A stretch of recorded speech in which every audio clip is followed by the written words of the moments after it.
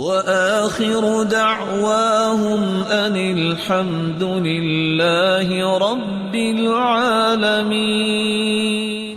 او تقضی عنہ دینا، کسی کا قرض اتار دو، یہ عمل بھی بہت محبوب ہے. من محى عن غریمه او عفى عنه كان في ظل العرش يوم القيامة. جو کسی کا قرض اتار دے یا کسی کا قرض معاف کر دے، جس دن کوئی سایہ نہیں ہوگا، اللہ اس کو عرش کا سایہ نصیب فرمائیں گے.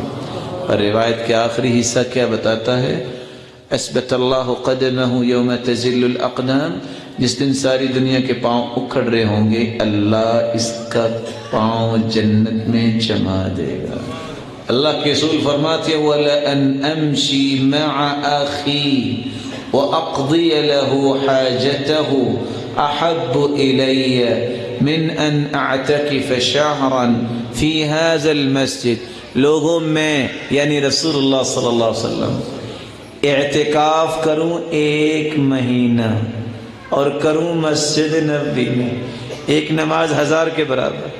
اور اعتکاف کرنے والے اللہ کی رسول فرمایا جتنا اجر ہوگا اس سے زیادہ محبوب کام میرے نزدیک یہ ہے تم کسی مسلمان کے ساتھ جاؤ، اس کی جائز ضرورت کو پورا کرو، اس کا اجر 1 مہینہ اعتکاف سے بھی زیادہ ہے.